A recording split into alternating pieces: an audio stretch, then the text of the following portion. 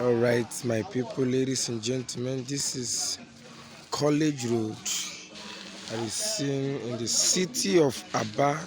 This road was recently constructed by our Governor Alex Otti. This road can be seen close to MCC Junction, First Bank, Union Bank.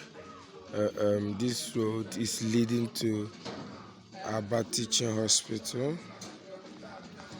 Our teaching hospital is leading to so many places. It has, like I say, it has economic importance. You can see how the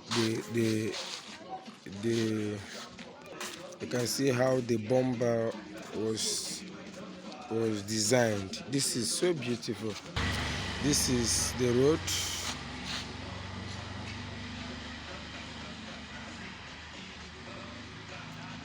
You can see how the road has been designed. It has a lot of curves. You can see the curves from this side. You can see the curve to this side, marching over to this side. You can see how the roads are curved.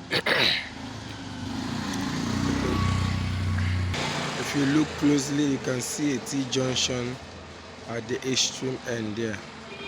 The road was well designed by one of the best companies in the city of Abia. People of this side has been longing for the governor to touch this particular road.